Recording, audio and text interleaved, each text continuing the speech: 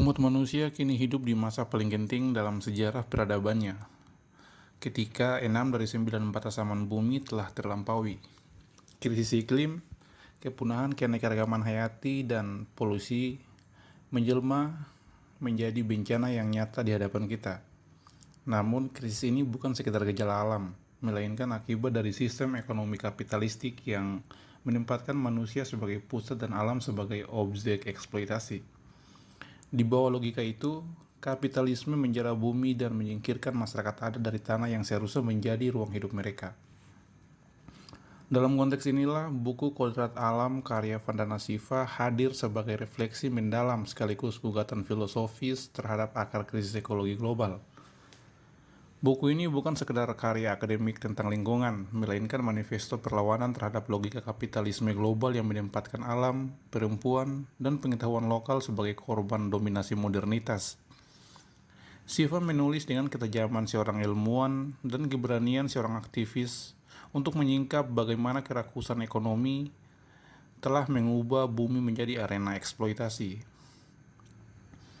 Salah satu kekuatan buku ini adalah kemampuannya membongkar bagaimana sains modern yang selama ini dianggap netral dan rasional sesungguhnya menjadi instrumen kolonialisme. Shiva menelusuri sejarah kelahiran ilmu pengetahuan modern di Barat yang didirikan di atas pandangan mekanistik terhadap alam. Alam dipandang sebagai mesin yang bisa dibongkar, diukur, dan dikendalikan. Pandangan inilah yang melahirkan mekanofolia, yakni cinta buta pada mesin dan teknologi, yang membuat manusia yakin semua persoalan dapat diselesaikan dengan rekayasa dan algoritma. Disinilah kolonialisme pengetahuan dimulai. Penaklukan bukan hanya atas tanah dan tubuh manusia, melainkan juga atas cara berpikir dan memahami kehidupan. Shiva menyoroti bagaimana epistemologi modern menggantikan pandangan dunia masyarakat tradisional yang memandang alam sebagai jaringan kehidupan yang saling tergantung. Dalam sistem pengetahuan lokal, manusia adalah bagian dari ekosistem, bukan penguasa tunggal. Namun, kapitalisme memutus keterhubungan itu. Alam kemudian dianggap sebagai bahan mentah produksi, sementara pengetahuan yang lahir dari pengalaman ekologis masyarakat dianggap tidak sah secara ilmiah. Shiva menelusuri praktik nyata dari kolonialisme baru ini melalui monopoli benih dan kapitalisme hayati.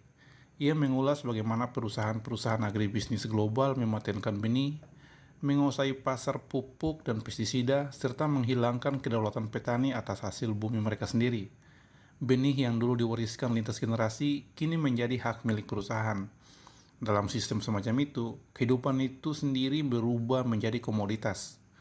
Dalam pandangan penulis, kapitalisme global telah menjelma menjadi bentuk baru yaitu biokolonialisme, yang tidak lagi menjajah wilayah, tapi menguasai kehidupan pada tingkat genetik. Alam dijadikan laboratorium dan korporasi berperan sebagai dewa pencipta. Modernitas yang semula menjanjikan kemajuan ternyata justru memperdalam jurang ketidakadilan ekologis. Negara-negara selatan, termasuk India dan Indonesia, menjadi ladang eksperimen teknologi pertanian dan eksploitasi sumber daya. Sementara keuntungan ekonomi mengalir ke pusat-pusat industri di utara. Salah satu bagian paling berpengaruh dari buku ini mengungkap hubungan erat antara ekologi dan perempuan. Bagi Shiva, kapitalisme memperlakukan bumi dengan cara yang sama seperti patriarki memperlakukan tubuh perempuan, yakni sama-sama dieksploitasi dan dipisahkan dari sumber kehidupannya. Terinspirasi oleh gerakan Chipko di India, ia melihat bagaimana perempuan desa menjadi pelindung alam melalui tindakan sederhana seperti menanam dan merawat kehidupan. Dari sana lahir gagasan ekofeminisme yang ia rumuskan sebagai etika hidup yang berakar pada kesadaran ekologis, bukan sekedar teori akademis. Kritiknya terhadap perempuan modern pun tak kalah tajam. Ia menelusuri bagaimana proyek pembangunan raksasa seperti bendungan, pertambangan, hingga monokultur pertanian telah menghancurkan keseimbangan ekologis dan mengubah masyarakat lokal menjadi buruh di tanah sendiri.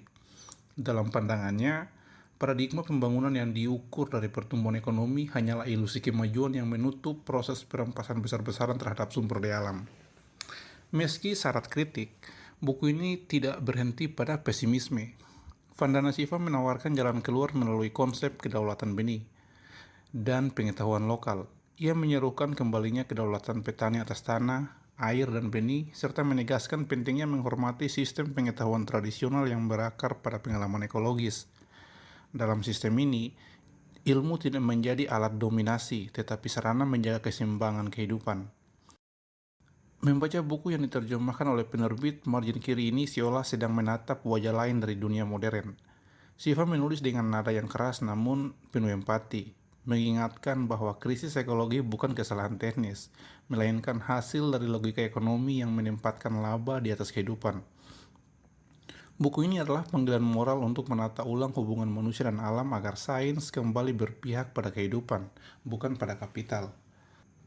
Di tengah dunia yang terobsesi pada efisiensi dan inovasi teknologi, Vandana Shiva mengingatkan bahwa yang dibutuhkan bukan lebih banyak mesin, melainkan lebih banyak kebijaksanaan. Alam bukan sumber daya yang harus dikuasai, tulisnya, melainkan ibu yang harus dijaga.